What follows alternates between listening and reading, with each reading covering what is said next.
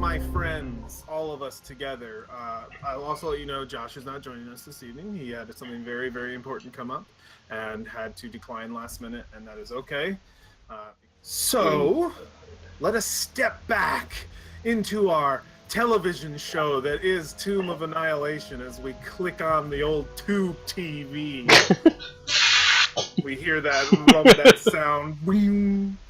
No, this is HD TV. We're talking Game of Thrones style. We're going home for that. So we open on a black header once again with the golden letters that burn across the screen when last we saw our heroes. And our camera zooms in past those letters and opens up into our first scene, a jump cut immediately to the bathhouse of Wakonga Otomu's villa. We see the party conversing with the prince as he lays out all that he has to offer. Food and bed for the night, a token for the Temple of Soon, a meeting with the merchant prince of guides to get them on their way, and even a quest for the party.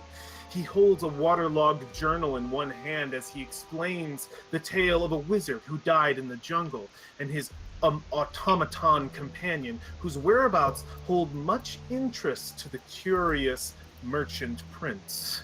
We jump cut again, boom, to a scene of Samuel Dren in the common room confessing truths of the expedition that came before the current party.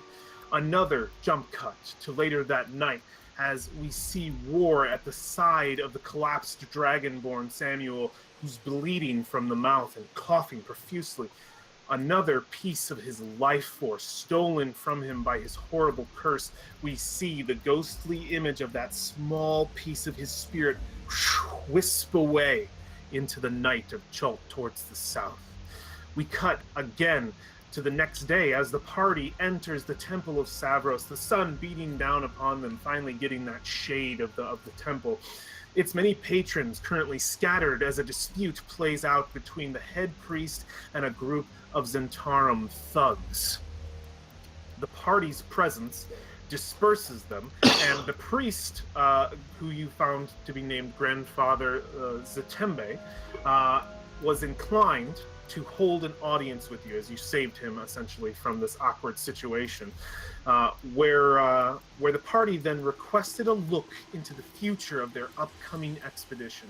We see the flash of gold being exchanged between the party and Father and Grandfather Zetembe. Another jump cut to the Temple of Soon, a structure with a floating dome ceiling above it. We watch as War is surrounded by coddling devotees of the goddess of beauty, and we see each party member exit the reflective temple to reveal their new Chultan looks. And I'm going to give Alexandria, Kyle, you a chance since you weren't here last time, and we are going with the you were always here kind of thing. I'm going to pause my intro. Explain to me, what does Alexandria's new Chultan clothes look like? How did the priestesses of Soon improve her? Well, she's got striking red hair, so I imagined what they decided to go with was some royal blues and gold inlays on some really light fabrics, a shawl to hang over her shoulders, and a relatively simple dress with flowing light baggy pants that pool around her ankles where there's ribbons tied into decorative and effective walking slippers that she can explore the city with. Okay. I love that. Oh, this is great. I got that image clear in my head. Beautiful. I will ask for one thing because I believe I asked the same thing. Give me one.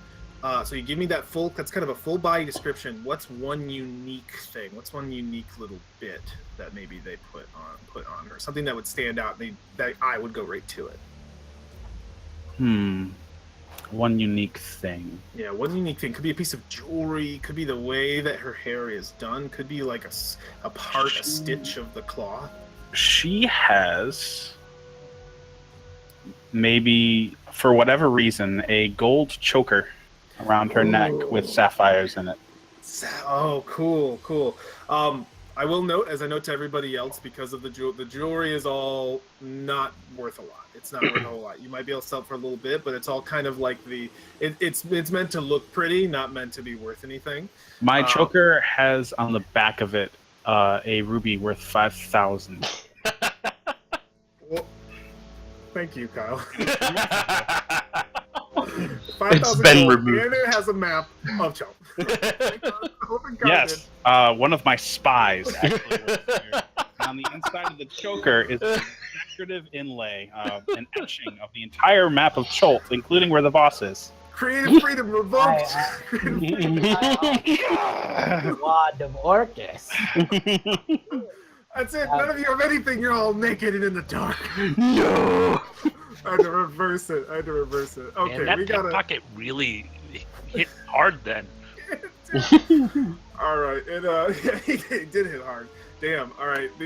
So excellent. We have a good view of Alexandra, who was there the whole time, and also probably has just bumping back to that first part. Probably has a little bit more interest in Wakanga's quest, since the reward is that spell book. Probably a little more than Asteria, though there might be a discussion about that. We'll see where that goes in the future, because you are both magic users. Anyway. So, leaving the the temple, as we see each party member reveal their new Chultan looks, we cut then immediately to the meeting with the Merchant Prince of Guides, Jabal, in Golden Throne, a once beautiful golden temple that sort of housed the ruling class of the city, now dilapidated, left behind as it was an old Omnian structure. Jabal's temperament was brash and self-absorbed. The prince teases party members and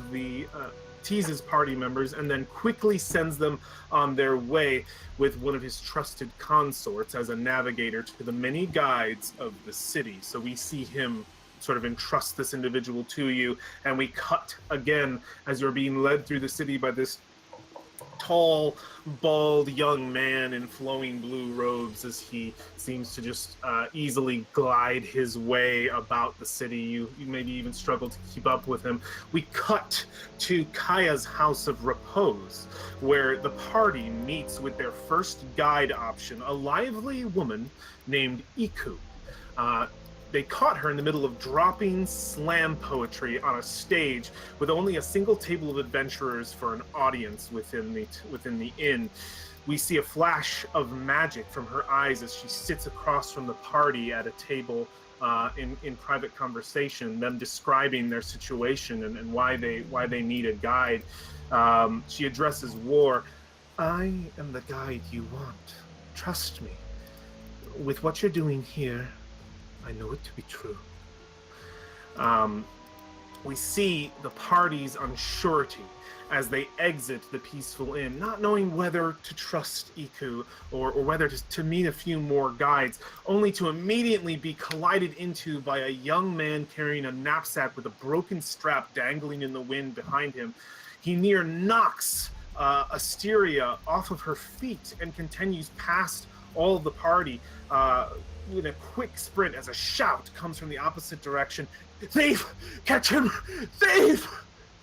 And we see our opening scene for this episode as we kind of fade out and we get our title screen and it fades back in. The opening scene, the camera starts just boom, and the music instantly starts really, really, really intense, I think.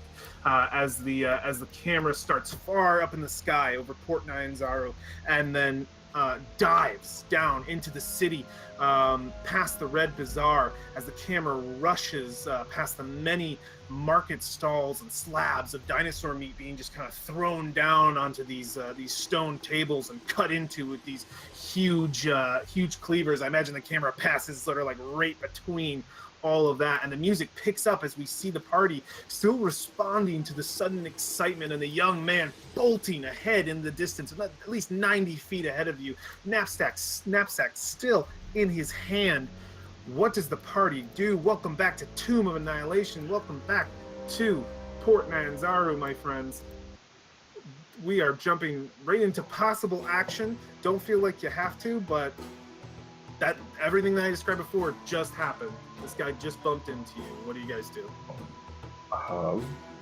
Well, War was probably going to chase after them. Or I'm All right. thinking... I need to double check something real quick. War's breaking into a chase. Yeah. All right, what's Asteria doing? You just got knocked over. Being in shock that someone would collide with me so rudely. So rudely. Do you not chase after yet? You think you've got like a moment where you're just like, what the hell's going on? Like, are you trying to still recover from being knocked over? Well, I did get knocked over, so... Okay, yeah, that makes sense. Excellent. Ryak, what do you do? More or less, Yeah, he just kind of like moves to the side. ruffles his feathers like Yeah, this kid's still just running for it, running down the street. You can hear his leather shoes smacking against the pavement. Is anyone chasing after him? No one's chasing after him other than this kind of probably overweight merchant. You can see that this overweight merchant wears like a green tunic, and he has like a light green tunic, and he has like a whole wrapping on top of his head that he's trying to keep on one hand, and the other hand he's trying to hold up his pants. So he's like, thief, and he's trying to like run. He's probably about 200 feet behind you guys over in the Red Bazaar, over in this direction over here. You said 200 feet away? Yeah, mechanically, I'm asking you guys if you're joining the chase, or if you're staying, because there is a chase encounter happening right now. So what does Ryak do? Ryak's, I think You see War burst off. he sees this overweight man trying to catch up to this thief. And he looks back. He's like, Thief's he over looks at here. War. I think he'll take off. I think he'll fly. Okay, he takes flight. Not Valoria, Alexandria. What are you doing? What do you do as this happens? The party just got done meeting with their first guy, which they don't know if they trust or not. There's some weird things that happened in Kaya's House of Repose that you might need to recollect with your party. You might have not been paying quite as much attention in there as the rest, but this is obviously a situation where there's a thief and two party members have run after him. You are allowed to do whatever you want. Cute. Cute. This poor man seems to have left his stall unattended. Oh, snap! Oh, I better make sure nothing happens to any of his valuables. Okay. All right. That's going to be a special check for you for sure.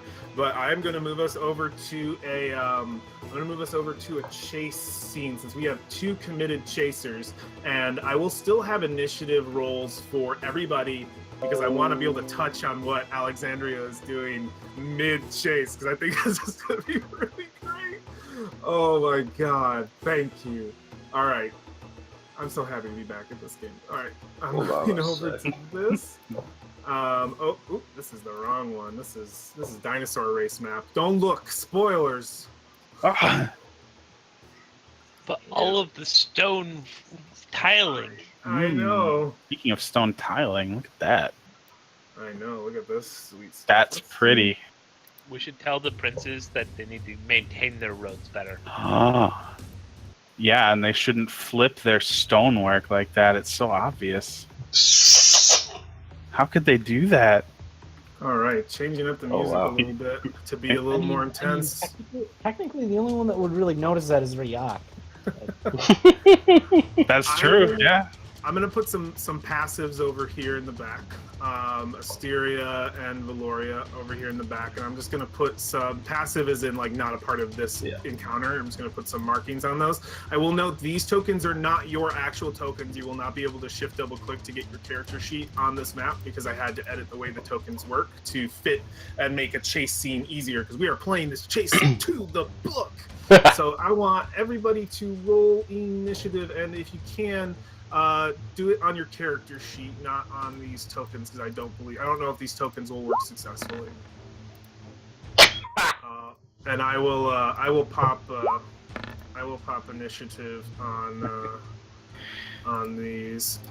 So I clicked on my icon and it did link correctly. So yeah, okay, cool. Then maybe it will. Some of these just look to be broken, but I'm adding everybody on here.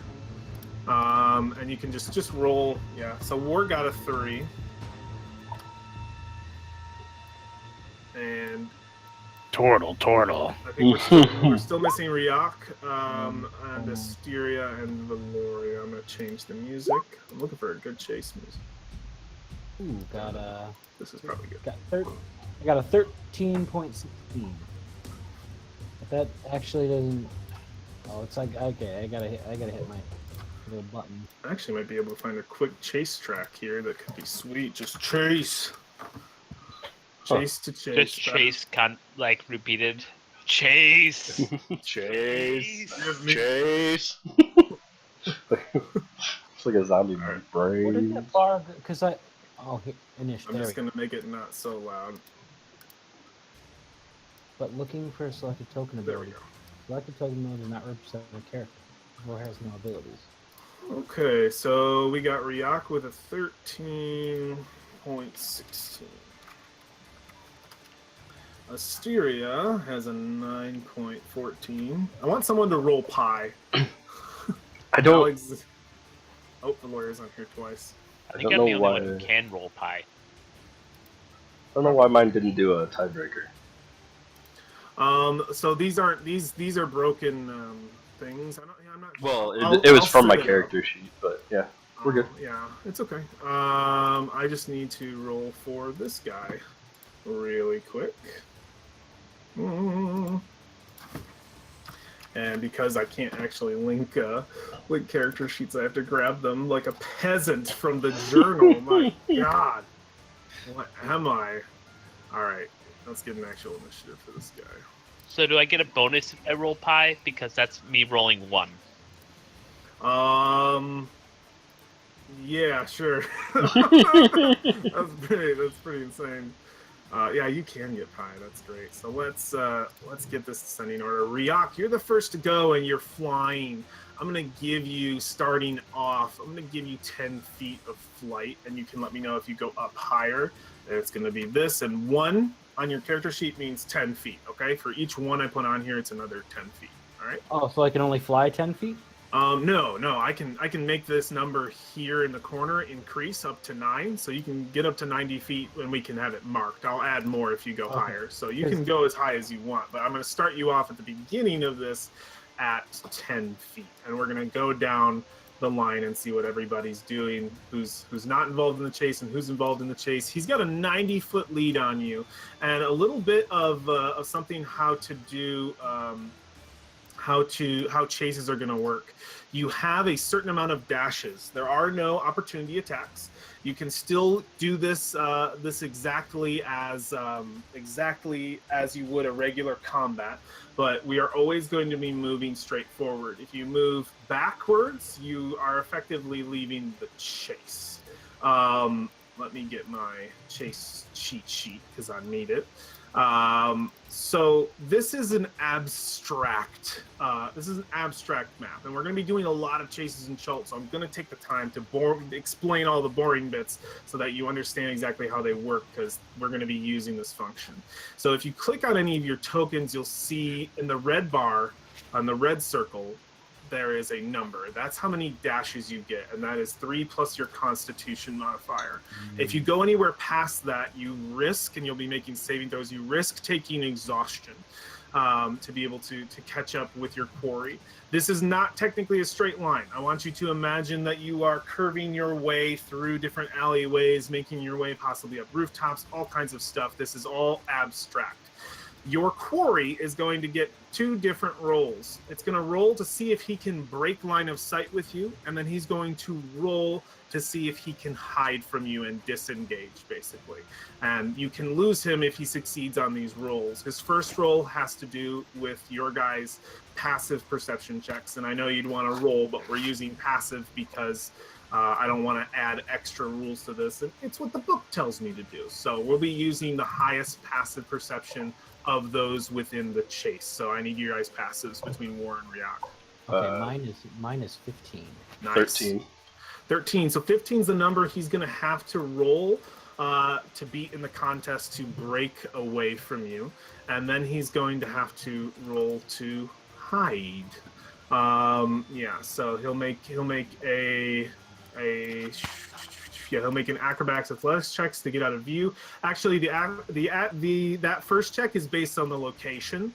That's his DC. The second check is the one that's based on the one to see if he can actually hide is based on beating your perception check. So yeah, that's essentially what's going to work. Opportunity attacks don't happen. The chase ends if you are able to catch up or stop him. And a really fun thing that's going to happen is at the end of each of your turns, every time you go, you're going to roll to see if anything fucking crazy happens to the next person in line. And some crazy shit can happen. So I have an actual button that's going to allow us to do that. It's called the Port Nyanzaru Chase Complication. And if you click on your token, you'll see it's a big ass button in that list of buttons in the top left. You both see that? Port Nyanzaru Chase Complication? No. So click on your token, Oh, and right, you'll right, see, right.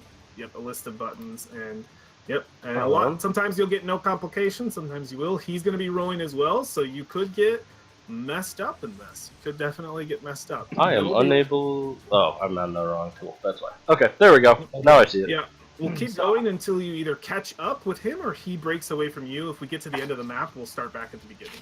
How Said many he's- dashes do we have a turn? You have the amount of dashes that are on your token. So if you click on your token, you'll see in the red circle, that's how many dashes you have. And you'll notice there's a red bar on your token as well that kind of represents how many dashes. Okay. If you go beyond that, you can still keep dashing, but you have to beat a DC 10 Constitution save each time or take a level of exhaustion. And you can only take a level of exhaustion up to 5. And every time you get a level of exhaustion, I want you guys to enter a number into the blue circle on your token, because that goes up to 5 as well. There's another bar. That's why I had to make these separate tokens. Yeah. So is the exhaustion going to carry over after the thing? Oh, yeah. Okay. So it will carry over and you will have exhaustion. So chases can be risky. He's got a 95-foot lead. He does. He's freaking fat. Oh, 95. Feet 90. Sorry, 90 Okay. feet lead on you guys. He should be exactly 90 feet away from both of you. Cool. And he is fast. Alexandria, both of you actually can turn on your turn and decide to join the chase. But if you do turn away, which I think Alexandria is going to, you will forego your chance to join the chase. But you might get something else that's cool. Why would I join? I was going to join on the second round. I was just being stunned for the first round. Okay, yeah, that could be cool. I think that makes sense. So we're starting with Ryok at the very beginning. Ryok, what? I imagine like a bird almost, like reacting, seeing the, like quickly assessing the situation. She's probably seen it like in Baldur's Gate, like these pickpockets. You hear the panting Oh, as he's trying to run and make his way around corners. When Ryok would walk with Samuel Dren in Baldur's Gate, there would be people that would try to pickpocket others and maybe even him. But Oh yeah. he Ryok does not have any armor equipped. He can fly. He can fly 50 feet. Okay, yeah. If he can fly 50 feet, then he can dash even further. So you can dash and get right on him. Now, if you want to actually, so you can use one dash and be wherever you want within 100 feet. You need to be close enough to actually like tackle him to the ground and succeed on a grapple check for an official catch. Okay. So you would be the one to do that because you are just soaring up and over. Yeah, There's a bunch of people. There's people around you for sure. Like there's definitely. I don't have the tokens on here, but there's definitely commoners. There could be dinosaurs. There's some crazy shit that can happen in this complication. So, what would you like to do, Ryok? You want to move? He's gonna Where move. do you want to go? I'm gonna use one dash. I'll reduce that. Reduce that by list. 1 and put yourself where you'd like to put yourself. Yeah. Man, he rolled shit on his initiative Alright, so I'm for a kid trying to get away. So, All right, yeah, you want to put yourself there. So that's your movement action. You have a bonus action that you still can use in this situation if you have one. Mm-hmm. Can I tackle him? No, you can't. So you used a dash like you would normally. Your dash was your action, and then your first 50 feet was your movement. Okay. So you went 50 feet movement, action for dash. This is just a limit to how many dashes you can do. Okay. Before getting really tired, because you're just going in an all-out break run. All right, so you're right next to him at the end of your turn. No bonus actions? What could I do? Do you have a bonus action? So the way bonus actions work in 5e is they are not a given action. You do not start off with one. The only one that you possibly can do at the very beginning is if you're wielding a light weapon in one hand and a light weapon in another, and you can do a bonus action attack. No, Ryog's not wielding a weapon right now. Yeah, unless your class. Your class is what will give you bonus actions. If you Yeah, have. I don't. Yeah, no, Ryog does Right.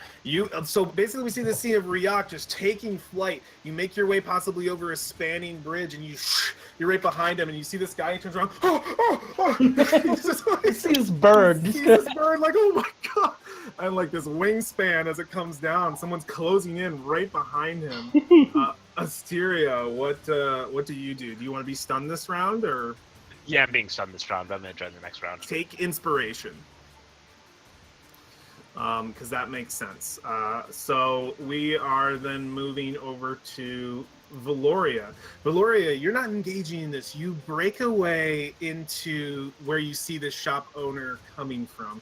I would like you to first make a perception check to see if you can spot exactly where this empty stall might be that you have to quote unquote protect. Yeah, I just want to see if you're able to catch it. So 7. I'm gonna tell you, like, I know that's a poopy roll to fail because the idea is so cool, but the Red Bazaar is packed with people. There's tons of stalls. It would take some searching to find out exactly where this stall is. So what I'm going to do is, if you would have succeeded, I would have given you another roll this turn. I'm going to say that it will take this round, and then you will succeed, that you will find his stall at the beginning of your next turn, and then we'll roll to see how well you do with taking things. Well, after looking around and not clearly seeing where the stall is, I think I'm going to walk back over to Astoria and give her a hand. That looks like that was rough. Here, let me help you. Okay, yeah, you pick her up. You don't immediately spot the stall, and you just sort of go, not worth it. Oh no, I'm just gonna help out one of my companions before I go. Yep. Before you go full on. Okay, perfect. Yeah. Cool. I like that. Awesome. So then we're moving over to him. So there's no opportunity attacks here. Like I said, he is breakneck running. He is going to move. What about chase complications? Was Ryok? Okay. Oh my gosh, Ryok, you need to roll because this is going to be, if he gets one, a box of gardening tools are in his path. He uses 5 feet of movement to go around it, or make a DC 10 strength athletics check to jump over it. On a failed check, you fall and take piercing damage, which would half his speed on this move. So I will have him make that roll. And hopefully this is in the open. Some of these might be hidden. I don't mean to have them hidden. So we're doing just a athletics. Does he have athletics? He doesn't. So it'll be a straight check. Oh! He rolled a net. Wow. He fucking just jumps over this thing. Wow. He has to use 5 feet of his movement to do so. So he is down to 25 feet for his first move. He's going to spend a dash for his second, which is another 30 feet, and he's going to use his bonus action as his cunning action to a second dash, and he's going to move 30 feet. This kid just moves. He's just moving, just trying to get the hell out of there. Oh my god! As fast as possible, he bolts over and around a corner, and I believe War gets one more turn before he makes his checks to try to get away from you guys. Zaru is a packed city. It's that you wonder why pickpockets thrive. It's not hard to get away. Mighty Mutant Ninja Turtles. Or before you go, I'm going to have him roll a complication that can happen to you. No complication. You're good. Sweet. Using the dash. You spent the dash and moving forward. Yep. As soon as you can. He is bolting. You're just like already like, oh my god. He's just like this kid is running for it. Yeah. It is that's the end of the round. So he wraps the top. He's gonna make some checks to see if he can get out of here.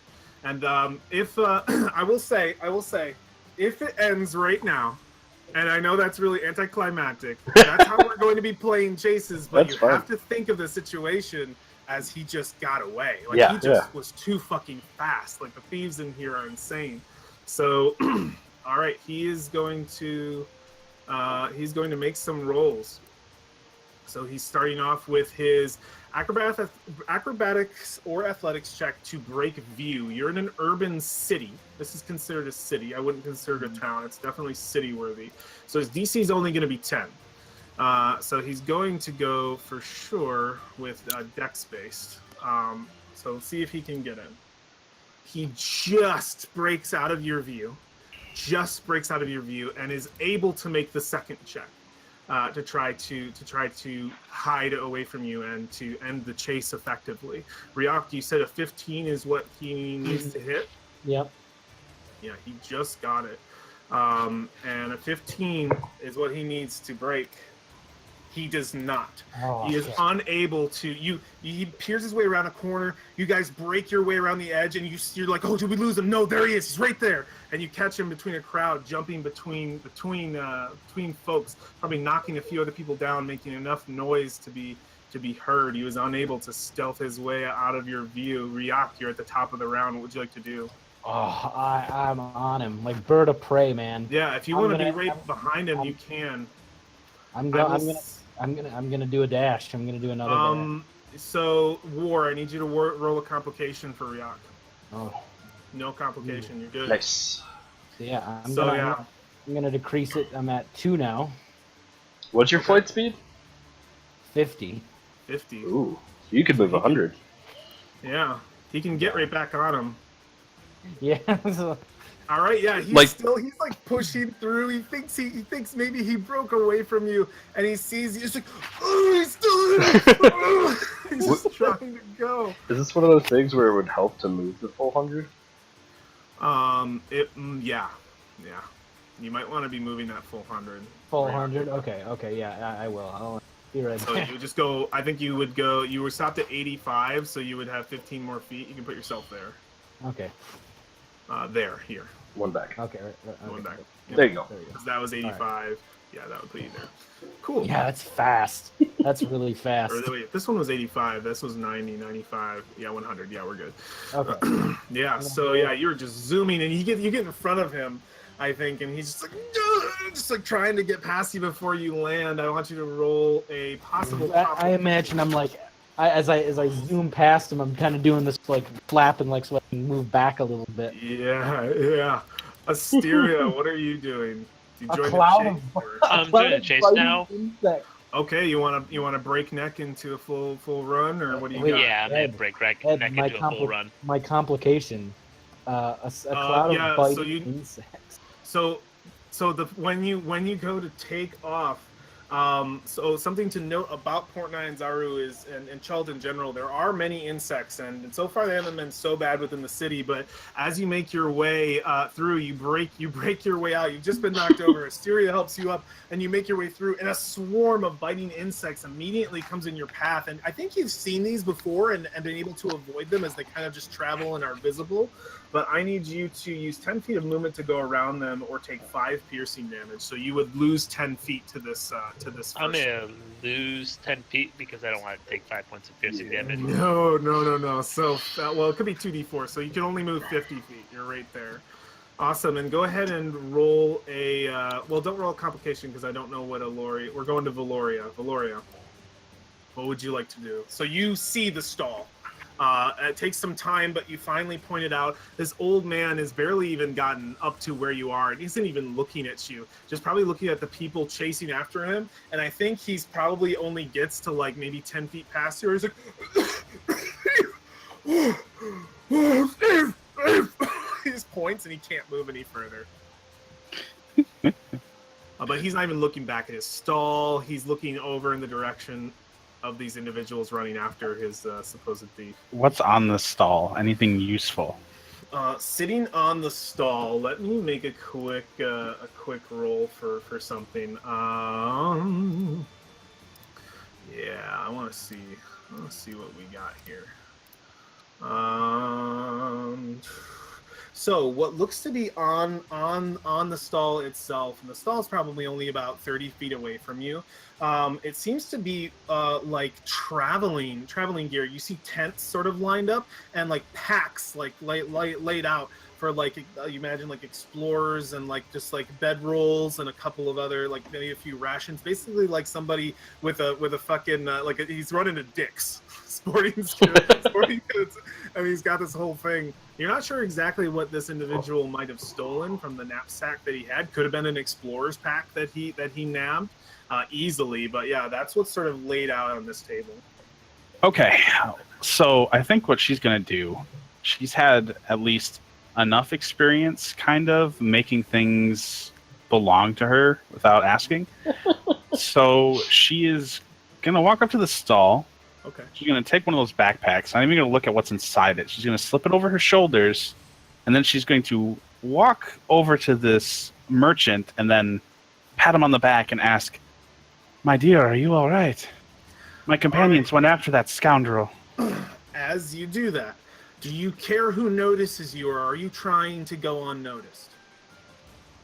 I think what she's relying on here is the fact that from an onlooker's perspective, it might look like she plans to buy the backpack from him since she approached the merchant directly. Give me a deception check.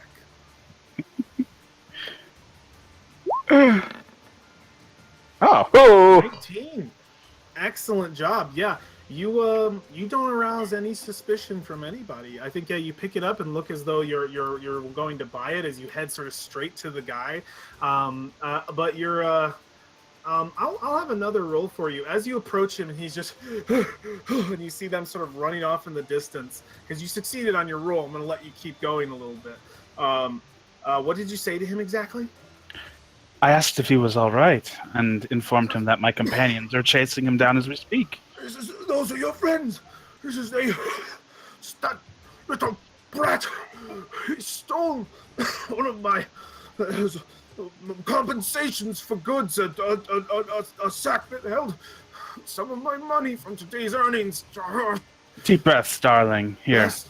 I'm going to give him my water sack. I would like you. Okay, Have give me some the water water. sack. You're holding one of his backpacks. I am going to request a roll at advantage. The guy is just tuckered. Are you trying to keep it out of his line of sight, or just kind of making it so it seems like it's not his, or it's yours kind of thing?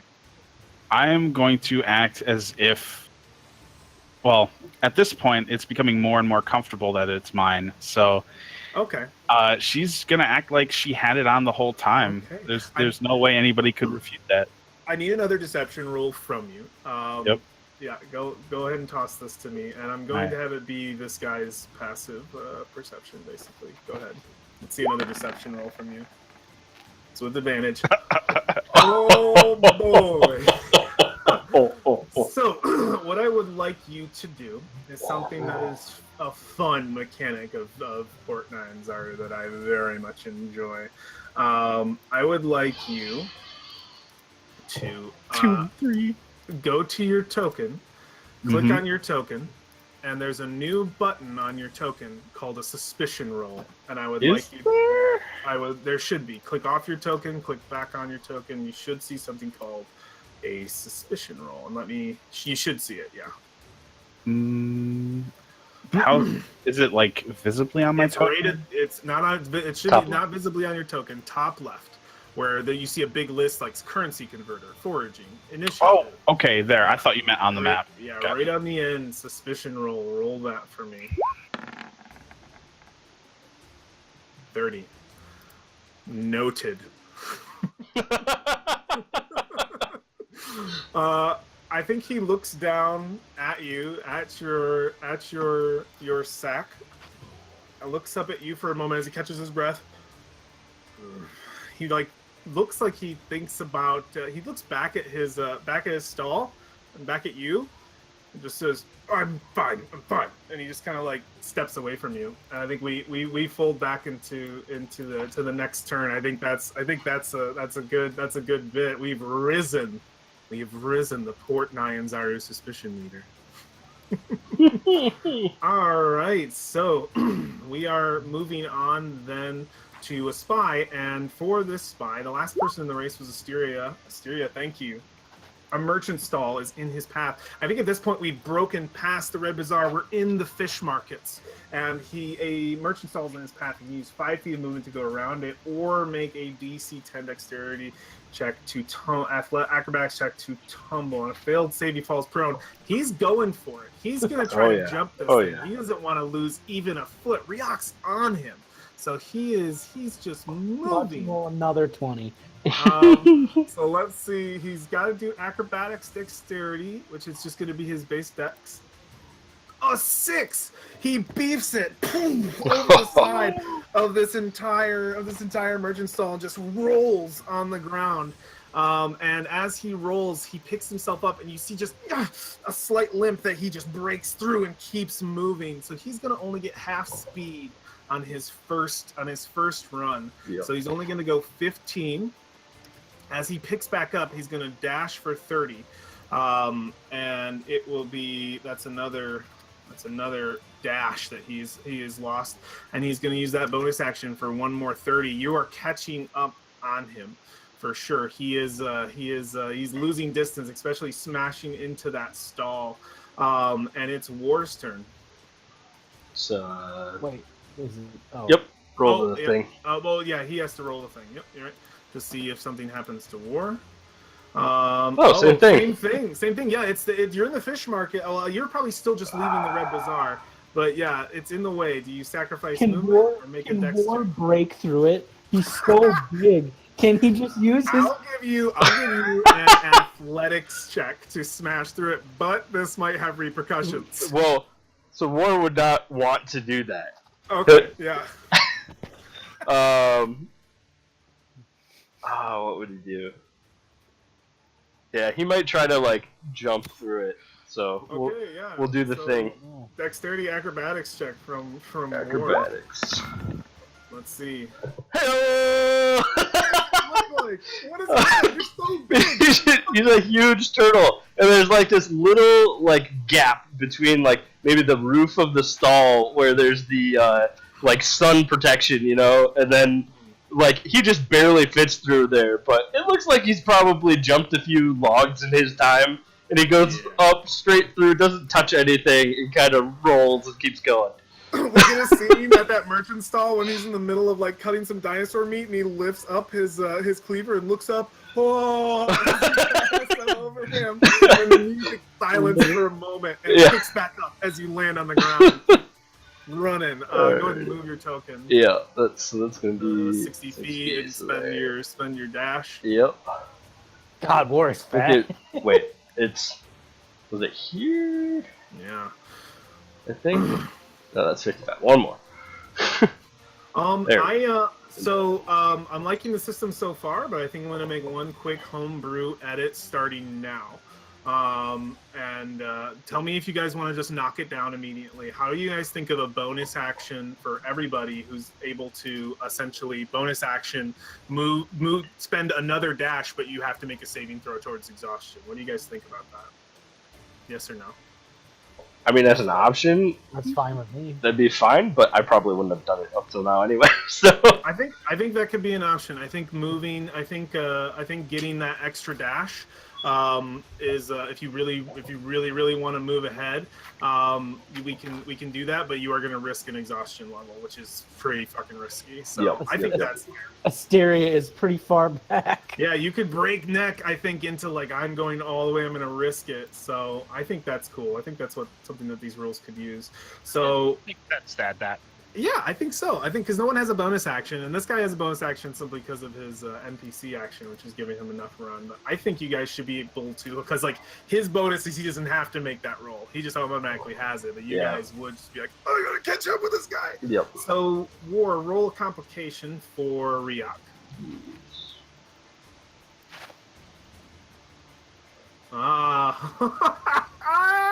I'm running. I'm in flight. I mean, you are in flight, aren't well, you? what does the pickpocket do? Do a double barrel backflip? Well, here's the thing. There's rooftops. And this guy might have friends. And Yeah. he might be leading you. He might be leading you towards where more of them. And I don't think this is a pickpocket as much as this is a chance to try to deter you. And I think he's running to a point where he might be waiting for people, and they're like, this could just be a guy that's trying to help him, jumping off the side and trying to like get at you. You're only 10 feet off the ground, so you could easily jump off a roof. So I just like you to make the perception check to notice him. And if you make that, I think you can fly high enough where he can't touch you. Okay, let me get it here. Probably gonna fail. Let's see, perception. I got a 16. 16, you succeed. You notice this sort of like crouching individual who's kind of the same youth, a little bit more dirty, and a female. And you see her kind of like crouched on the edge of this roof, like waiting for you. And you see her way before she sees. She sees you, but you see her way before she has a chance, and you can pick up your flight. I almost imagine that was like kind of like I imagine she jumps off the roof almost to try to. I think you know what? If you pick up, I think thematically, like she's like ready to jump, and she just stops herself at the last moment when she sees you pick up flight and notices it is a flying creature coming after him, and she just kind of like looks and shakes her head and breaks away off the rooftop. Yeah, I think I go a little higher. Go a little higher, so you are unimpeded. You're not impeded. You can move. You can move your maximum. You can go 100 feet if you wish. I don't think I'm gonna do that. I'm pretty comfy at 50 feet over here, just right up You have an action. I do, yeah. I'm gonna tackle him. He's 10 feet away from you, unfortunately. Yeah, you can attack him. You can attack him. You can do a lot of things. Yeah, let me see. Let me look at my spell real quick. I have. Yeah, I mean, he stole something. How do you feel about law and order? Could I, if I hit him, could I spare him? Like if I get the killing blow, can I only maim him slightly? Rules say no, but me say yes for the situation. Okay. Yeah, I'm gonna cast Sacred Flame. All right. Oh man, you're setting him on fire. That's a rough one to say not to do in a. All right, I might have to. I would say if you have a spell that does like damage that feels like it could be something that wouldn't completely maim them, like force damage or maybe psychic damage. Like fire is hard for me to be like, I burn a part of him. Let me look at my. Dude. I have spare the dying, so I could effectively. Oh God! Yeah, You could kill him and bring him back. You can kill him and bring him back. Kill You him don't and know how bring much him back. HP this kid has, but Yeah. Kyle, No. what were you gonna say? Ryok's not gonna do it. I was gonna say they're wearing really light clothing. He's gonna go up like a Christmas I tree. was like, that's not gonna go well with this, Yeah. with this idea of not doing. No, not doing no. that. I mean, Ryok thinks about it for a minute, and Ryok is for now is just content to follow him. All right, you don't want to get. I mean- don't want to get a lead on him yeah. I have two. because this is abstract. You have to think of this as abstract. This is like you maybe going because eventually, if you go far enough ahead of him, right there where that is. If you go far enough ahead of him, you'll be close enough to move and take an action, and you have to effectively think this is not a straight line. Maybe you just kind of like flew around, got in front of him, and then you're able to tackle him. So okay. Yeah. Always push Yeah, yourself as far as you can. I'll do it. I'll expend one exhaust. One. I'm at one now, and I will move my Yep, full right here. run 100. I'll go. Imagine like a. Yeah, you're like going over the rooftops. He can't even see you right now. Excellent. So go ahead and roll a complication for Asteria. Oh God. Oh, that's a Oh, wrong button. suspicion Wrong roll. button. You're adding suspicion. What are you doing on the rooftops? A rain-based where you run by it. No. Oh my gosh! So yeah, you're having like you just went through bugs, and then this. So these are all over. They're on all kinds of different roofs. I think it just starts tipping over. You see two individuals working on a rain basin, and they're like trying to set it up, and he's just. And like you didn't, I imagine you don't even hear this, but he's like pointing, like, "Oh yeah, get that hem." Oh no! And then he keeps tipping over. Watch out below! no! What if they saw the swarm of bugs and they're trying to douse them in water to get them to disperse? Go away. That could be it for sure. Avoiding the spill, yeah, they could be spilling it over the side to get rid of the bugs. That could be totally a thing. All right, 21 dexterity though. It doesn't matter. It splashes Yeah. down, Good. and you just like jump past. I imagine like we just see it like the waterfall of water go right behind Asteria. And Asteria, at this point, realizes she can't see anyone in front of her anymore, No, you can't. Well, you're and is like takes like another 10 feet of running, and then looks, can't even see War, and starts turning back. Okay, yeah. You say, all right, yeah. You break it off. You break off the chase. We'll cut you out. Valoria, you've effectively done the thing that you were doing, right? All right. So we'll just bring it down to the contestants here. So the spy would be next. So I would say then, for me, Asteria, please roll. No complications, it looks like. No complication, it looks like. So he's still running for it. He is breaking his way through an alley. At this point, I imagine getting away from some people. So he's going to go 30, 60, and 75, 80, 90. All right, there he is. God damn. Well, you're within reach of him now. Yeah, you're this right. next turn. But I did forget that he gets those rolls to try to get away.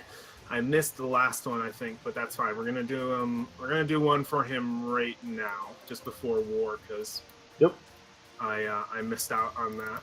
So let's get the rolls. He's going to try to break vision, which I'm sure he's almost done at this point. Let's see. Okay, yeah, he breaks vision. And let's see if he can stealth away. He needs DC 15, right? Yep. I'm sorry. Oh, Sorry. So he just poofed. you make your way around the corner to get ahead of him, and you look over the rooftops, and you lost him. You look around either side, and you're just like, he's like crap. And I think you fly around a little bit longer. Because I'm in the air, can I roll a perception? We're not. This is the end of the way these work. This is chase over. So think of it this way. If you're being chased down by raptors, would you want me to give the raptors an extra perception check? Pick it back up? Because No, thank you. There See, you go. this is why you should have lit him on fire. The smoke would be a clear giveaway. We never attacked him. You look around, and all you can assume is between all of the buildings that he ran into and ran past in the market ward, someone must have opened a door. Someone must have let this kid in, and he's gone.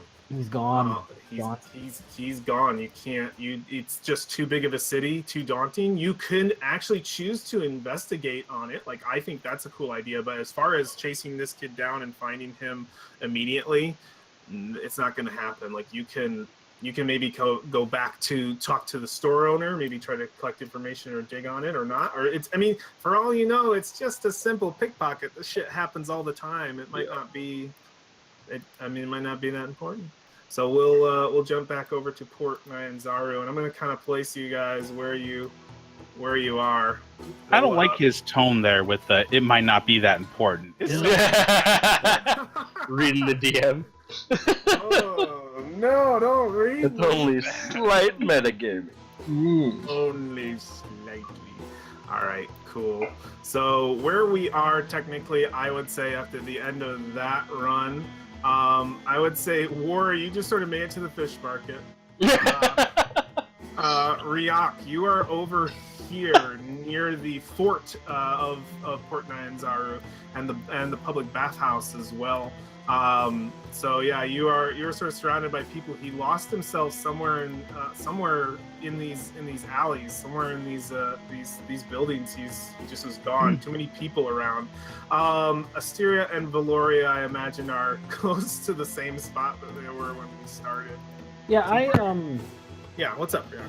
I imagine circling around a little bit, making sure I can't find him again. I try to spot war. I try to spot war. Easily. We're surrounded right now by fish and fish market and people moving around. Like You're it's- surrounded by by old fish marketeers. Let me actually, because this is obviously a fish market.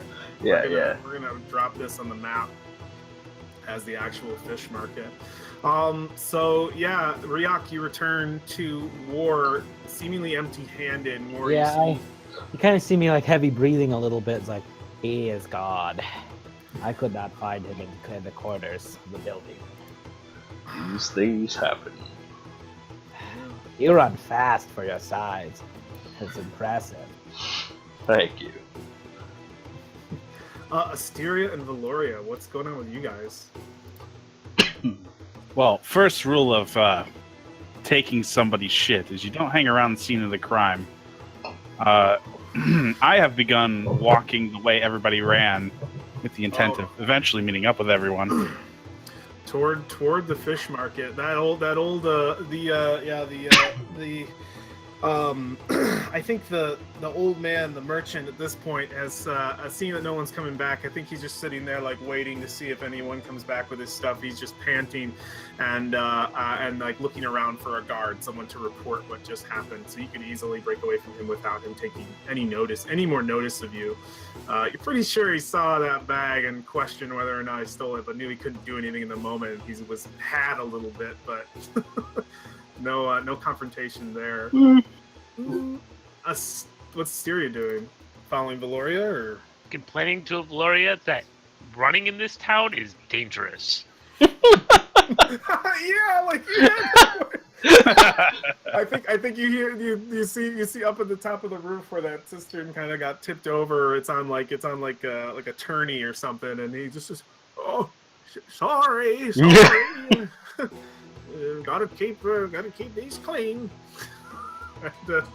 And he kind of turns back into his house.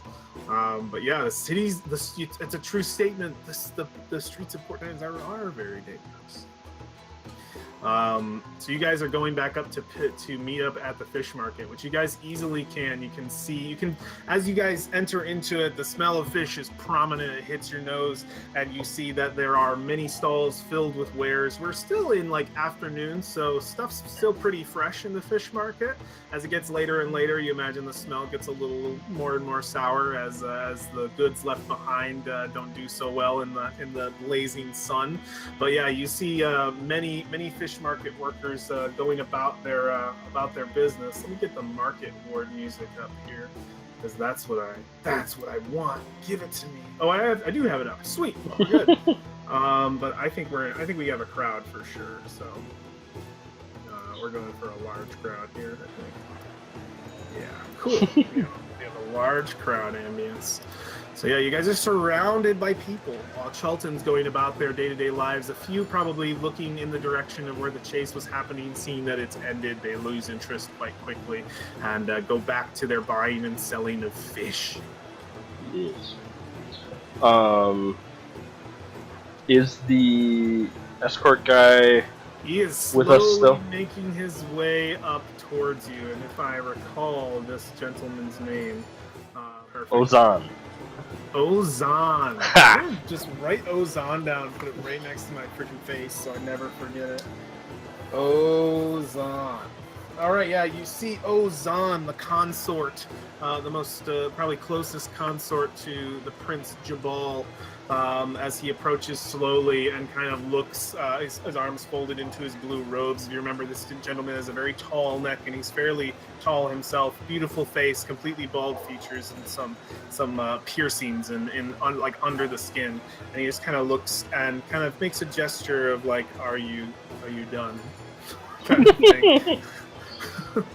With whatever it is that you're doing, and kind of issues just basically is ready to lead you guys if you are ready to continue following him to the next available guide, which I think will be fun to meet. Which guide did you guys want to see next as players? Which one does Azan introduce you to? So we talked about Salida, Musharib, were the two like major ones, and then Farawal and Gondolo. I was interested in just a little bit, just because they had a Triceratops. That's about it. Yeah, they do have a dinosaur, don't they?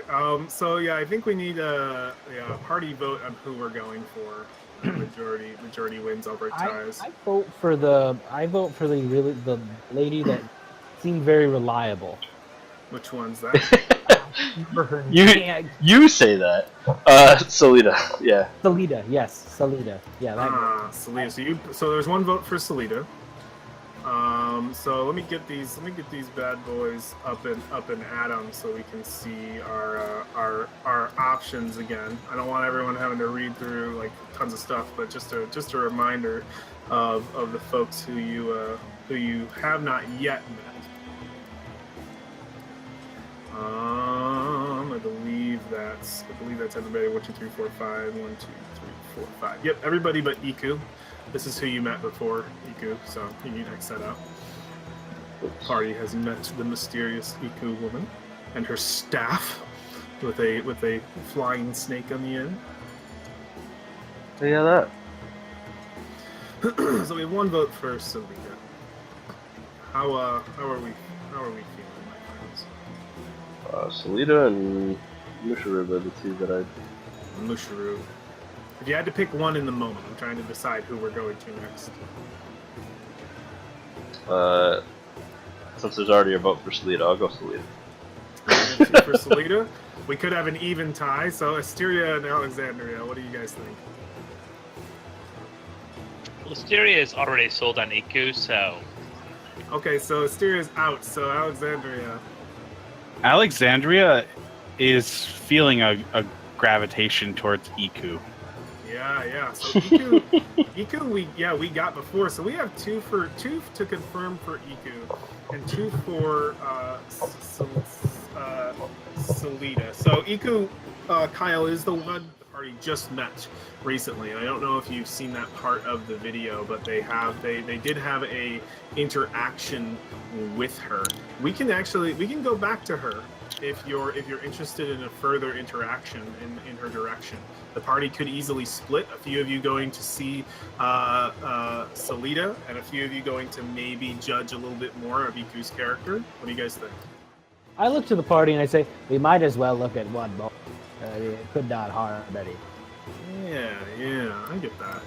Okay, so Salida, that's where he's leading you next.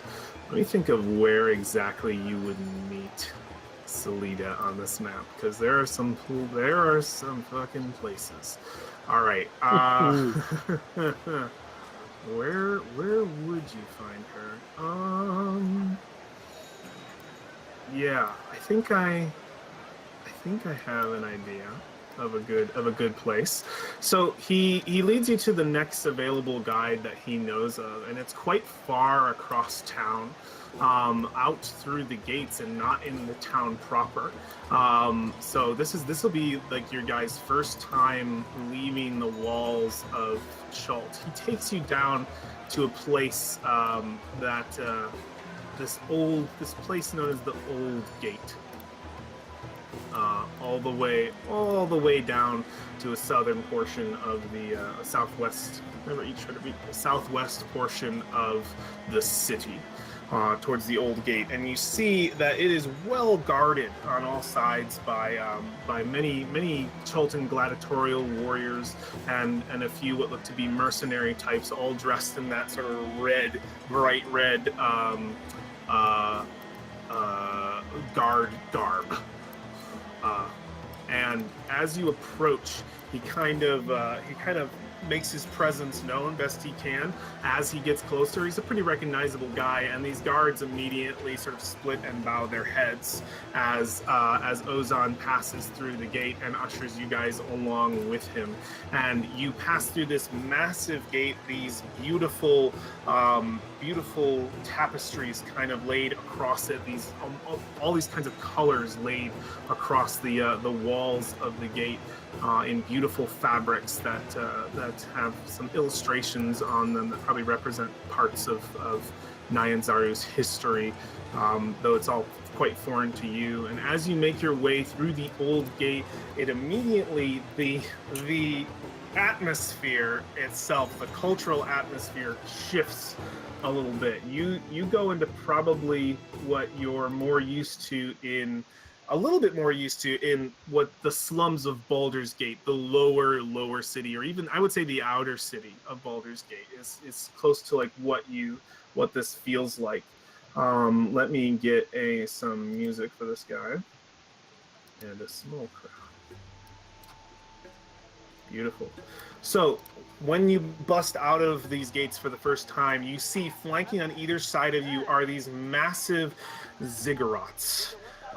They are old. They are super old. Anybody who's an archaeologist or an anthropologist might be very intrigued by these because these are old. These are older than the city. These could be older than a ton of, like, this is probably very first foundation civilization in this area.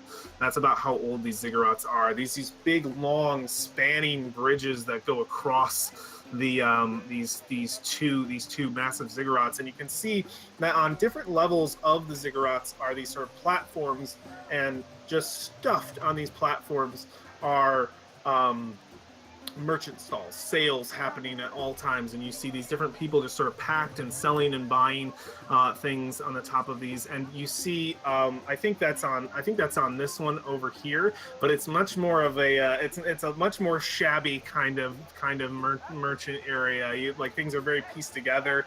The stalls are held more on the backs of barrels rather than on decent tables. And built furniture. And then over here on this side, you see that this one is just flat on the sides, but it has these sort of tiered entries you can see inside, where the wind, you imagine, would blow through and offer some air. And they are packed to the brink with people living in them, like homes that are just like shanties just shoved together and completely consuming the inside and outside of these buildings. And you notice that even the one that's filled with what looks to be some dirty merchant shops seem to also be just packed with people just living there as well. But he takes you past these ziggurats and leads you further down to a place that is quite crowded, and you hear cheering coming from in the distance. It seems to be a massive rectangular pit, very long, probably 200 feet at least in length, going all the way down this main thoroughfare of what is the Old City. That is the name of this district, the Old City. And you hear these people cheering, and they're holding papers in their hands and yelling, and some of them have bags, and you can hear coins rolling around. It sounds like some kind of like gambling essentially happening over here. And you hear screams, you hear roars, and you see blood spray up the side and kind of just mist the side of this crowd, and they just cheer, yeah! You literally see blood spray out of this pit. And then you hear the sounds of like a gate slamming from within, and then people are just like immediately after that blood spray, they're exchanging money, like back and forth, like, oh no, I want, and they're all speaking in Chultan back and forth, and so it's just like a big garble of language and yelling and screaming. And as you approach, Ozan kind of looks around a little bit and gestures to you to wait a moment, don't go far, basically, and that he is going to go and find this guide and bring them to you. That's all essentially what he can tell through gestures, and it's easy enough to understand, but he does not speak, and he disappears into the crowd, and you guys are left alone for the moment. What are you guys doing? War's going up to look in the pit. Okay. Yeah, War's immediately going up to look in the pit. I'll get it out of the way. Who else is doing that? I'm a little curious. Okay, Asteria is also going up to the pit. Yeah, I think seeing everyone go, he'll kind of like rub the feathers together. He'll waddle up. What's Valoria? What's Alexandria doing? Alexandria's gonna look For sure. You all kind of make your way slowly through the crowd, get towards the end, and you find like a 3-foot high wall hanging over the edge of a pit. And as you make your way over, our camera travels right behind the party and kind of up pans to see the whole scene of what is the Executioner's Run. So you see in this pit several dinosaurs. You see what looks to be probably Allosaurus, Velociraptors, kind of picking the bones. Well, they're pretty fleshy right now. The remains of what seems to be some unfortunate fool who was forced into the execution pit. He is gored across the side of this thing, unrecognizable. There are pieces of him still being ripped off by these vicious beasts. And then you see quickly on the other side of the pit several guards jump down, or guards maybe just hired muscle jump down with these hot pokers and kind of move their way down the pit as and they have these whistles in their mouth that just scream really loud, but in a pitch that you imagine you're not entirely hearing, but these beasts hear it all too well, and they run to the other side of the pit into what looks to be an now opening gate. An even now opening gate, and they disappear into the darkness. You imagine under the city streets in some sort of chamber as they're shooed away from the dead corpses. You see rotting corpses sort of laid around, like, and this place hasn't been cleaned up. You see bones on the ground on this run, and the thing about this is it's just solid 15 feet of solid stone wall on either side, and at the very end you see what looks like to be loose ropes for climbing at the very end of this pit. And as you look down, you see them kind of like pushing them in. You hear somebody yell in Chultan, but none of you quite understand it, and you get the gist that something is being called forth, and the people start cheering and clapping, and then you see other people, but it's sort of like in unison. They're all kind of like yeah, yeah, yeah, yeah, and you hear what sounds like a rolling of like a carriage or something, some kind of steel and wood carriage coming this way, and you can even see it breaking the way through the crowd. A single what looks to be a cage, a long standing cage with an individual inside it. With his hands on the bars, what seems to be a young man, completely stripped of pretty much all of his goods, only wearing the base sort of tunic that's ripped. You can see the sweat stains under his arms, the chain manacles on either side, and he looks scared to death. You can see he's already pissed himself. He's skinny as fuck, and he has a few fingers that he's missing on this hand, down to the point where he's just got a thumb and forefinger.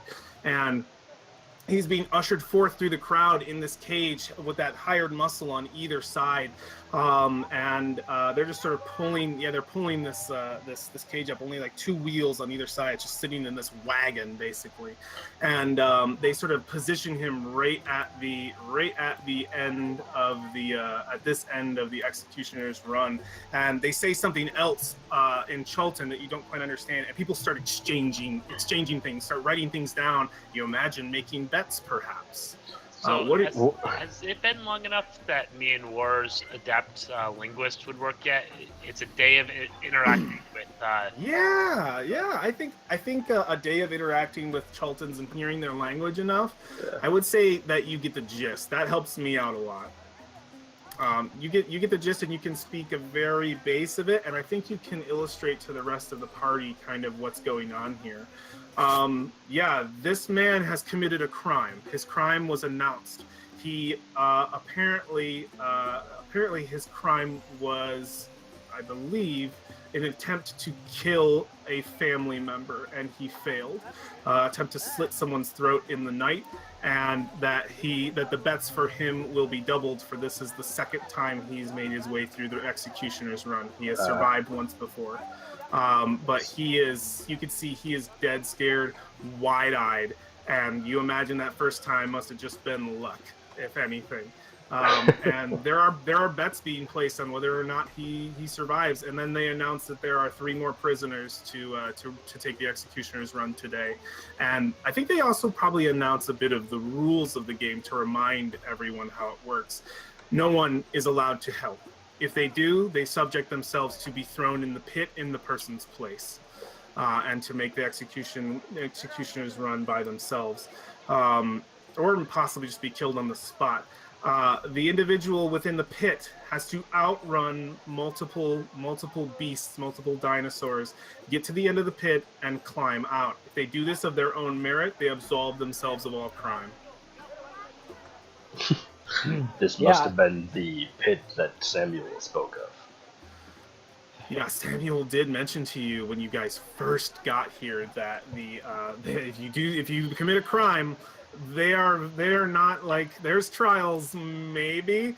they are not very good to their criminals. The rehabilitation is mostly you're gone. But yeah, the executioners run. Welcome, guys, to the Bloodfest. So the bets go around for this guy, and as they do, I think Ozan approaches you through the crowd, looking a little irritated that you weren't exactly where he left you, but he doesn't complain because the guy doesn't talk. Yeah. And behind him, you see a fairly short individual, a woman of some considerable beauty, and she is short, petite, wearing a single cloth, what looks to be some sort of traveler's clothes, and she has a small satchel at her side that you can see are stuffed with possibly betting tickets or other goods, maybe some gold. And she looks and she says, "Oh, Zahn, who is here? Who is here to see me?" And he looks over and he says, and she looks over past him in your direction and says, "So, you're the motherfuckers who need my help." He says, "You look like a dirty bunch." "Well, you probably were at one point." And she just kind of looks you up and down. "You know, I can tell you're not Chulton. You're not fooling anyone with that getup." I wouldn't expect to. "You're in need of a guide, huh? Interesting." And she looks over and she says, "Well, I can say I can't really speak for your wisdom in clothes, but I can definitely tell that you're the smart bunch if Ozan suggested you to me and you agreed. And, so you need a guide. I am very well available. I'm quite cheap as well. I imagine that might have also contributed to why you're here. So, can I just do a sidebar? We changed. It turns out they're more expensive to hire than normal. yeah, not normal. It's just that they are 5 gold a day. Mm-hmm. They're 5 gold a day, and a lot of them ask for 30 days up front. Salida does not. She asks for 5 gold pieces a day. It's a cheap price to save your lives. Yeah, she's kind of looking each of you up and down as she gets close, and kind of like saying something just a little snarky about each of you. She says, "A turtle. Fun. I imagine you're not very fast. You know, you need to be fast to go out in the jungle." He actually is very fast. I'll believe it when I see it. Yeah. And then she goes down the line and she says, "Oh, look at you. Oh." And she looks up and down and she says, "Have you ever been in a jungle before? A wilderness of any kind? You look a little bit civilized. Maybe a little too much." Yeah, looking at Asteria, she says that. And then she moves down further if you say nothing. And she goes to Alexandria. She's taken aback a little bit. Taken aback a little bit, yeah. Is not speed as a good thing. Yeah. And she looks to Alexander and she says, "Now this is what I'm talking about. I can already tell this one has street smarts. I wonder how she'll do with her wilderness smarts, though. Sure, she can survive in Port Nyanzaru, but when the undead start coming, I wonder where her loyalties will lie." And she keeps moving. "I'm just joking, lighten up." And she looks at you and says, "Oh my god." I'm like double blinking, like one eye is like brushing my brushing. Ozan, what is that? Is that a bird? Yeah. A person. I am a bird. I am an occult. Kokra. A what? I am Riak. It is a pleasure. I hug her. I am She- totally Pleasure to meet you. sold on this She- person. it- He doesn't know that Kokra is in Chult. She instantly puts distance between you and her, and she just goes, "Listen, I've heard of people like you." Says, but I am in no interest to embrace you. Thanks. How many bugs you got in there? And she's like looking I up, bathe daily. and she's just like, "I don't trust anyone with feathers, but if you need a guide, I'm your lady." And she just goes, in all honesty, I don't judge. I like to get things out in the open. Those are just my first viewpoints of you as I look at you. But you have plenty of room to make those grow. Prove me wrong, And she's like, I am Solidia, if it hasn't already been told to you. I'm the best damn guide in this whole fucking city. And if you choose anyone else, I'm not paying for your gravestones. That's all I can say. So what'll it be? Are we doing this? I say, how many expeditions have you let out into December? How many expeditions have I let out? Who the fuck do you think I am, bird boy? He calls you bird boy. Just can't tell the gender. It's like, She's like, as far as anyone's concerned, I'm the whole reason Jabal is a merchant prince. He makes so much money off of me. I don't even know why he has other guys. I look to our guide, our silent guide. Is that true? He looks down to Solidia and has a bit of a cocked smile at her whole attitude thing. Like he has a little bit of, you can tell he's got more emotion towards people he knows well, and looks down to you and immediately becomes serious, and he just shrugs. And she's like, Ozan wouldn't know the first thing. All he does is fuck Jabal, don't you? He's just kind of like looks down a little bit and gets a little bit red. And he's just like, I'm just playing with you, darling. Playing with you. She's like, I'm the first one he took. I'm not the first one. Who the fuck did you take him to first? Iku? Oh my god. She just goes, please tell me you're not going to get with that fucking crazy lady. She's mad. Absolutely mad. She's out of her fucking mind. What do you mean by that? Thinks that the spirits talk to her. She's crazy. Anything, she'll lead you up a river and leave you there to die. Let me tell you something about Iku. She's come back from the jungle without her parties before. And it happens a lot. Never happens with me. Either they come back and maybe once in a while they're dead if they're stupid, but they'll be dragging their corpse by the ankles. They come back. I can give you that guarantee at least. And as long as you're not stupid, I can guarantee that you'll live. What a wonderful guarantee. I say, I bring up, we will be going into possibly uncharted areas. He says, uncharted areas are my specialty. Doesn't matter, I know the way. Says, as far as places that no one's been, I got the intuition, man. And so far, I've led over 100, count them, 100 expeditions, and not a one failed. Sure, people died, like I said, but not a one failed. They always got to where they were going, and they got back either to bury the friends that were stupid or to be safe in one piece. So you don't seem like complete idiots. I'm actually all game for this now. At first I was a little weird. You're asking the right kind of questions. I think I'll totally be your guy. So! You seem very confident. Hopefully She's some like- of that isn't too much cockiness. And she's like, I'm confident because I know what I'm doing. Alright. I'm sure you know how to be a turtle. Are you confident in being a turtle? Well, I'm confident in being a guy. Okay? Can't fault her logic. I'm good at what I do! And she War kinda just leans- kind of looks over at everyone else. She I kind of think she leans might be back. drunk. Also, I've probably won at least 20 gold today. These motherfuckers can't run for shit. Why are stupid people always committing crimes? I don't And know. she's just like, so what's it gonna be? I'm available. So really, you're gonna miss out. I'll probably find someone else real quick if you don't get me soon. Hmm. I would like to at least talk to the ship. And she looks at she says, talk. Talking ain't gonna get you through the jungle. What's gonna get you through the jungle is making a fucking right decision and a good one and going with your gut. And if your gut tells you me, well then there you go.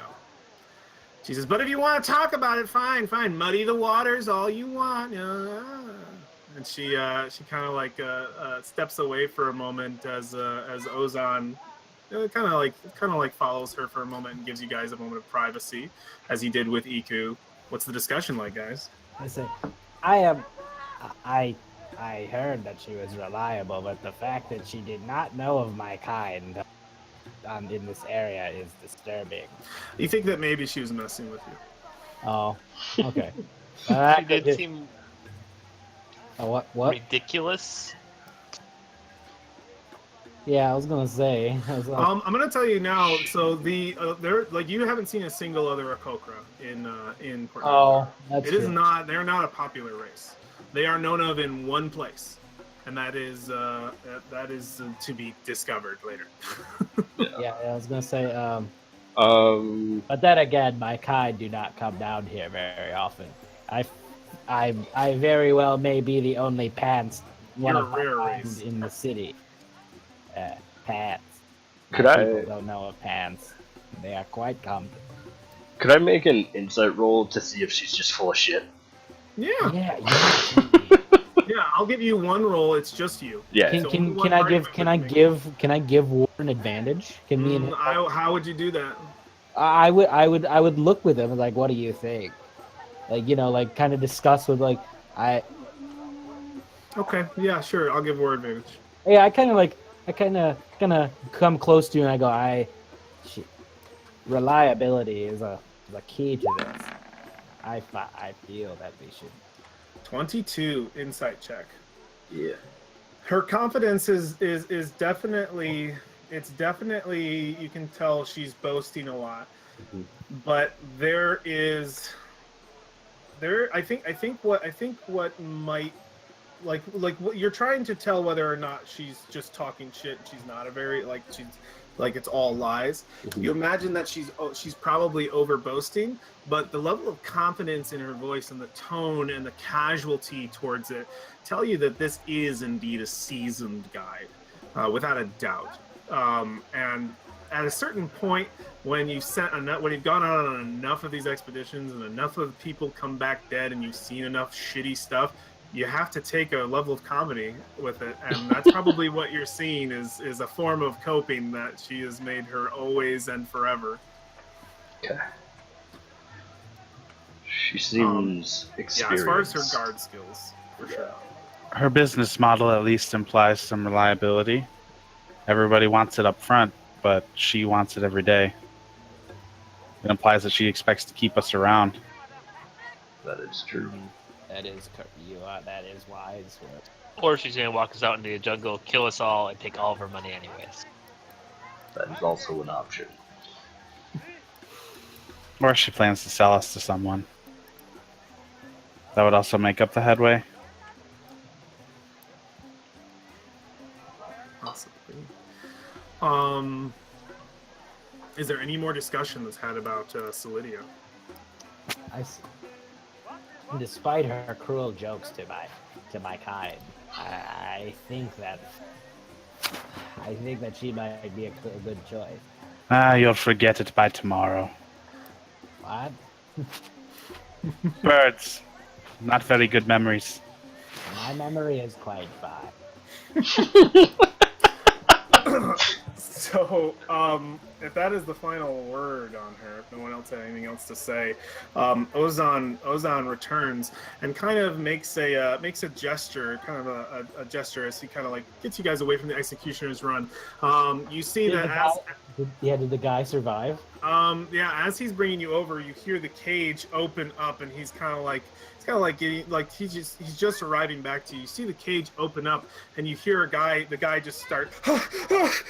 He starts screaming, and he gets pushed out of the cage by those poking hot sticks, and he falls into the pit, and you hear him land, and then you hear the bare feet hit the cobble and the wet soaking blood of the floor, and that sound of that cage moving up, and the roars of the bestial roars. Let's see how he did.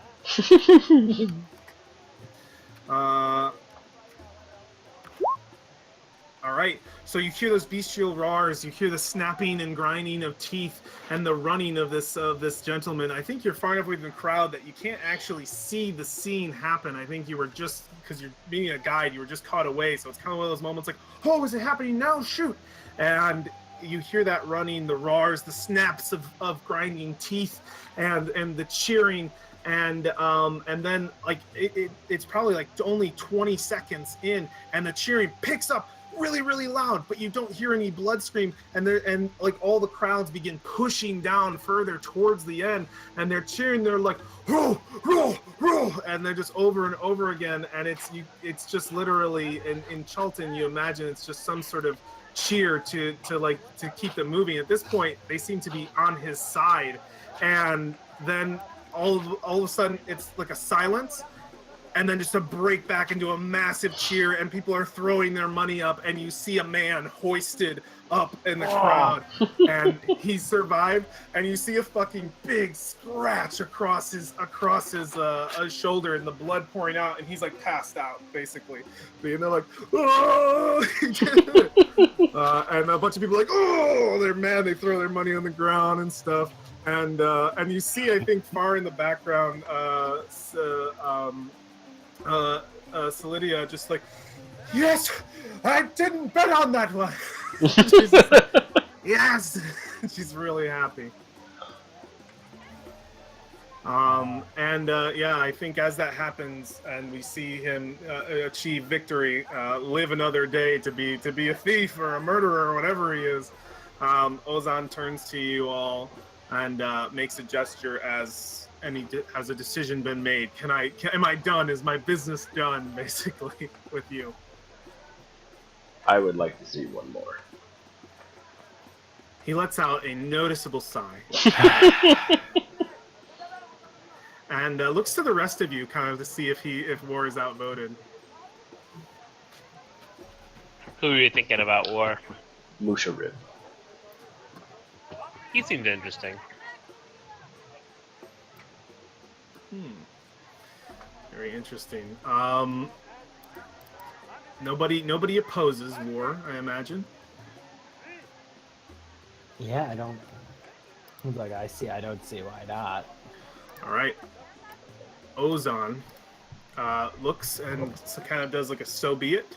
Yeah, he owes you quite a few, I imagine. We rolled pretty high on this, and he leads you back through the old gate, back past those ziggurats, back past the many people. Something you guys notice as you break your way through the old gate, there are many children.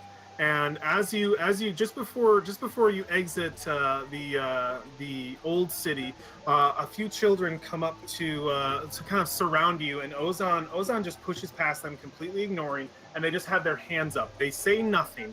It's like just a wave. And I think the only thing they say is a sound, just this sound, and it's like 50 kids. And they just kind of pile in, and Ozan doesn't even look, doesn't even acknowledge them, and keeps moving. And they're surrounding you. All of them are, their hands are just like in front of you, and they're all around you. I imagine everybody's got like their hands on their pockets, kind of thing. So they're like, I want to point out that anywhere we go, I fly. All right, yeah, you're just off the ground. They can't get to you, but a few of them probably do take notice of you. You fly everywhere you go. That might get exhausting, but I won't bother you on it now. Because you got to imagine, like, you're constantly holding yourself up. You're almost always in. It's more exhausting for sure than walking. But what do the rest of you do?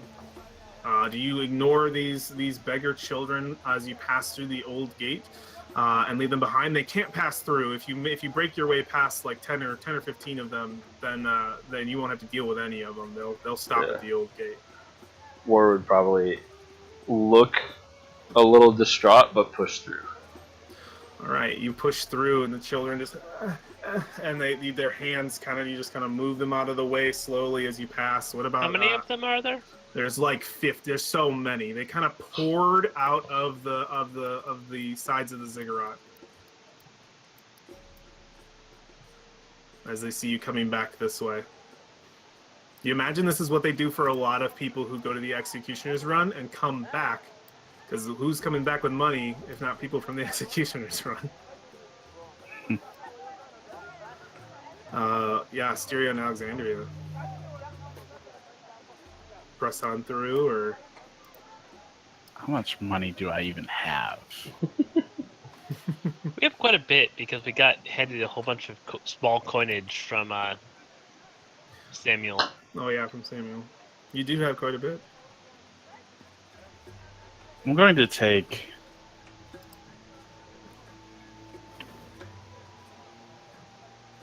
30 silvers worth of copper pieces. That's 300 copper pieces. Yeah. And I'm just going to scatter them. Oh man. Ching, ching, ching, ching, ching. We see the change, and they immediately just they put their hands up to grab it as it falls, and at this point it gets a little ravenous. They're kind of like pulling each other over and like trying to get as much as they can, grabbing as much off the ground. Little girls, little boys, doesn't matter. What's up? I'll match Alexandria on that. All right, you pour the coin on the ground. You both subtract 30 silver or 300 copper pieces from your character sheet, and they're going crazy. And 50 more kids come out of the woodwork. There are 100 kids, and they are all just piled. Maybe even a couple poor adults as they see money is being thrown into the streets. So you see a few tall folk among these many small folk. As you pass through the old gate, some of the guards shake their heads at you. They just kind of they look disapproving as you pass by. I give them a big smile. Hey, Jacob. What? Would War feel uncomfortable if I perched on his shell? You're pretty big. Yeah, that would give Yeah. him. See That would what like give a person- looks like. he's carrying someone. Yeah, yeah. You could join the rest of us, your Majesty, on the ground. Well, Ryak would look at all that's like, stab. I mean, yeah, you can. You can stay up in the air. It's hot though. It definitely takes it out of you. You have to perch Yeah. pretty often. If that's the case, if it's hot, then yeah, he would fall down. He would fly down if it's too hot. You can fly in portions. Like if there's a moment where you want to say you're in flight, I'm totally cool with it. But just the idea of you constantly flying, like birds don't do that. Yeah, they don't. Like they perch all the time. Yeah, you don't want to hover. What I was imagining what he would do is he would fly up and then glide. He would You have to understand. You'd have to get really far up, Dustin. So for Ryak, to get that, you don't have a natural hover. There's not I'm 10 feet off the ground, Magneto style all the time. I think as far as when you fly, staying stationary is especially stationary hover to keep up with people going half your fly speed is just exhausting. Yeah. Let me rephrase that. Then Ryak's not flying. Yeah, that's fine. And, he could fly anytime something's difficult in his way, naturally like a bird would. If there was any kind of time, why would I take the stairs? Fly, That makes absolute I imagine sense. he walks very much like a bird would, in short bursts. He'd pause for a minute and then he'd go, he'd burst forward like a little waddle.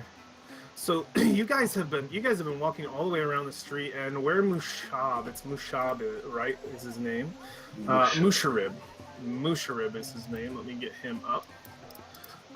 This yes? has all been in a single day, right? How long? This is all in a single day. How long has it been going on since the first merchant? Since the first one, you've probably spent at least 3 hours. There's a cooker.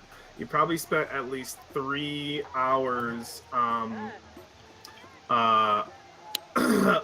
just doing I think ever since you went to Golden Throne and got with Jabal, it's been about 3 hours. So we're talking like 2 p.m. or getting closer to the further afternoon. You woke up at an early time to get a good start on the I day. can just imagine we've had a really long day. Like it's. I think you have at this point. So we're getting closer to probably 3 p.m. for sure.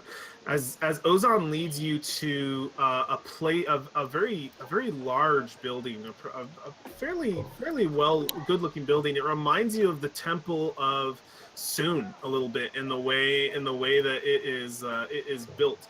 You see people coming and going from this area. They are this building here. Most of them they don't have shirts on when they leave. They're holding a towel, might be wearing pants, and you can see that their hair is quite soaked and wet, and they look refreshed. Other individuals are making their way in. They seem to be in very light clothing with their goods kind of packed in front of them, and they're entering these sort of side buildings to this place, which you can assume is a bathhouse of sorts, but one that isn't. That is public to and available to everyone. As you see people going in and out, and there doesn't seem to be too much policing happening within this bathhouse itself. But you see people coming out of these buildings after they enter inside with all of their goods. Pretty much, they enter in with their goods, they come out, and all they have is a towel, and they like rush their way as quick as they can into one of the side entrances of this massive oval building. And Ozan will sort of explain like the next guide is within. And if you wish for him to go inside and bring him out, or if we wish to meet him on his own terms. I don't know. You don't know. I think. Okay.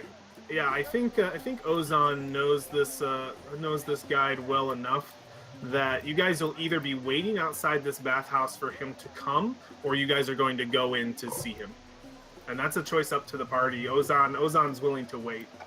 I look to myself, well, it's been a long day. Bath might very well be You done. are all pretty sweaty. Like, There's no point in waiting out here. Might as well go inside and enjoy a bath. It'd make us Totally not money. sweaty. All right. Ozan ushers you guys towards one of the locker rooms. And begins slowly taking off his large cloak, revealing like a smaller tunic below as he walks in. And as he walks in, you see the other people walking out. They have their towels on, or they have their stuff and are ready to go, and they look refreshed. And you've entered a locker room of sorts. And when you enter in, you see that there are some signs written in Chultan that I believe both Styria and Jacob War can identify as instructions to leave all goods behind in one of these lockers, and to arrive into the public bathhouse in nothing but a towel. Does that language thing also apply to written word too? Does it apply to written word? It's just we can gesture. We're good enough to be able to gesture with people to be able to get our point across. Okay, so maybe I don't. I would say then Ozan explains that in the best way he can.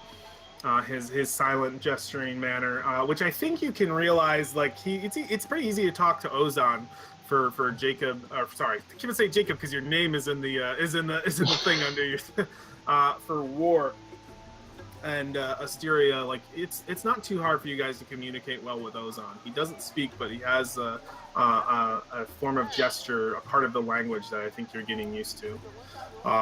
That he would explain that you have to leave everything behind. And then he kind of entails with that, like whatever you leave, whatever you can leave behind. So yeah, you guys would have to disrobe and everything. You haven't stepped inside the public bathhouse just yet. Ozan has started. I just want to know if you guys are committing to this, because you are stripping bare naked and making checks to see if you want to hide like a weapon or anything. I have a weapon. I will undress as is the custom here and store all my things in the locker. I'm also going to take the time to cast a small prestidigitation spell. Ooh, okay. I am going to soil all of my belongings to the point that they smell heinous. Oh, yes. So where if anybody were to ever look in that locker, they would be repulsed. Yeah, you put it into the That locker. is a good plan. I follow suit. You follow suit. Yeah. So I think we see you guys doing that, and then like as you walk away, towels in hand, and like there's a guy behind, like, oh, look at these two lovely ladies, and like, oh god, or just kind of like looks at you again and like cocks an eyebrow, like, what's going on there? And kind of just goes, forget it. Guidance. So Ryok, you using the guidance spell? No, I didn't mean it. I just tapped it. Oh, okay. I thought maybe you were casting on it before you guys got in the bathhouse. Not the worst idea. War puts his stuff in a locker, except for the pouch of gold that he has. He's going to just take the gold pieces and put that inside his shell. Okay, yeah, no, you can do that. Yeah, you're like stuffing that inside a shell, and I think you're like right across from an older man who's probably well into his 60s, but with a ton of weight on this guy. Like this guy's huge, it's like hanging over him. And as you do that, he shakes his head as he sort of lifts a fat flab. So we can't have anything on our persons. You can try to hide something on your person. The gold, I don't think is gonna get you in too much trouble. But I'm talking like anything like the gold is easy enough, I think, for War to hide in his shell. I would just have it on around my neck, like around my neck with my holy symbol. Yeah, I think your holy symbol, you probably feel like you could get away with that. But Okay. what's going to be hard getting through here is the contraband types. So like weapons, for sure, are going to be a problem. Let's get the market ward going. If it's not going already. There we go. All right. Cool. So it seems like everybody is disrobing. Ozan disrobes as well. His long, slender, pale body, following or ushering you guys into the public bathhouse. You see that as you enter this vast, open sort of auditorium-like, not auditorium, gymnasium kind of like room. It's just huge with like a big, tall ceiling that seems to be like with a translucent glass that's open to the sky, and you can see the sun coming down. There are 4 pools of water that make up a different quarter of an entire whole like pool section. You see that the different pools seem to be of different types of water. One looks to be heated, one looks to be cooled, one seems to be a herbal bath, and the other just seems to be like just your base water. And there are these sort of walkways in between each pool leading to the center. I actually have a map that I can show you guys. That should make things a little easier to understand here. And I'll grab your token. Tokens, copy, and get them in. Ugh. Oh, these don't quite fit. Interesting. I'll get them in. We're going to be breaking here pretty soon. I think we're going to break after I introduce this bathhouse a little bit. All right. So this is what the bathhouse looks like. You see multiple people within bathing in different pools. Those pillars look fucking awesome, by the way. Yeah, these different pools enjoying the heat. Let me actually get the heat, the cold, the herbal pool. They're all pretty enjoyable, they seem. Yeah, let me get him on here before we break. Is it well maintained? You can tell that it probably sees a lot of use, a lot of use here. But like you can tell, like it's one of those places that's probably open 24 hours and gets cleaned over and over and over again. So like a lot of places are like rubbed down to the point of like like the edges of this thing are no longer like as pointy as they once were. Like the edges of these pools are curved. It's easier to slip through because they have been washed down again and again and again. You imagine that these pillars once had carvings and those have been scrubbed down. So this is a place that probably gets constant attention, but you can tell that it's wearing on the marble Okay. and stone. And you said is the water clean? Okay, yeah, let me give a quick description on the water really quick, because these pools are interesting. This public bathhouse has some cool stuff about it. Here we are. Yes, so the pools seem to be fairly clean. The water is dark in some of them, but the one that I think it's darkest in is this one right here. This is a herbal bath. You see there are like actual vegetation kind of floating on top, and the water is fairly dark with what you imagine to be multiple herbs put in, and there is a scent, a smell you imagine rising from it. This one over here, the water looks fairly normal, but you're not sure exactly what this pool over here function as. This one here is just ice. It's just all ice. Like there, you see, it's like there's actual like frost coming off the edges. You see big blocks of ice floating in the pool itself. Some of them you can even see through the water. It's fairly clean. To the bottom where there are big chunks of ice at the bottom, and the people inside look super fucking cold. You can see their skin, like even the dark skin is like getting as pale as it possibly can. And then you see this one right next to it is heated. There is steam rising from it, and these individuals look red. Their flesh is blushing, and they're just kind of like, they're all like sprawled out. So you see like Titan in the cold pool sprawled out in the warm one. And you do spot what looks to be, and I think the Ozon would be able to easily point out the pool where you're going to find this guide. And I think you see the only individual in the ice pool, the only individual who doesn't look like they're just like trying to stay in, is this like sprawled out bald back head of a dwarf who's just taking it all in and loving this ice pool. And I think that's where we're going to take a break, and we are going to convene in 5 minutes. So we will start.